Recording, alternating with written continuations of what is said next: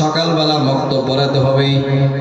কিন্তু ইমাম সাহেব এই জানুয়ারির মাস, নভেম্বর মাস চলে গেল, নভেম্বরের একদিন প্রথম থেকে শেষ পর্যন্ত একদিনও তিনি নামাজ পড়ান নাই, একদিনও মক্তব পড়ান নাই, এক ওয়াক্ত নামাজই পড়ান নাই।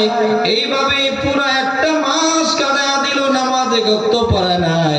আমি আজিমাবাদের মানুষের কাছে জানতে চাই, এই নভেম্বর মাসের শেষে যে 5,000 টাকা বেতন আপনারা কি খুশিয়া দিবেন না বন্ধ করে দিবেন? না আপনারা দিয়ে দিবেন না? হুজুর খুব ভালো, এটা দেখো তো নামাজও পড়াইছে না, কত ভালো হুজুর। হুজুর যদি নামাজ না পড়া আপনি বেতন বন্ধ করে দেন, ছেলে কথা না গেলে না শুনলে ঘরের খাবার বন্ধ করে দেন, বকাঝকা করেন, মারধর করেন, কিন্তু আমার আল্লাহ এত বড় আপনি আমাকে নামাজের কথা বলছেন, একদিনও পড়ি না, জবনটা তো কাটাই দিছি, কই নামাজ তো পড়ি না, বললাম না, যা পড়ি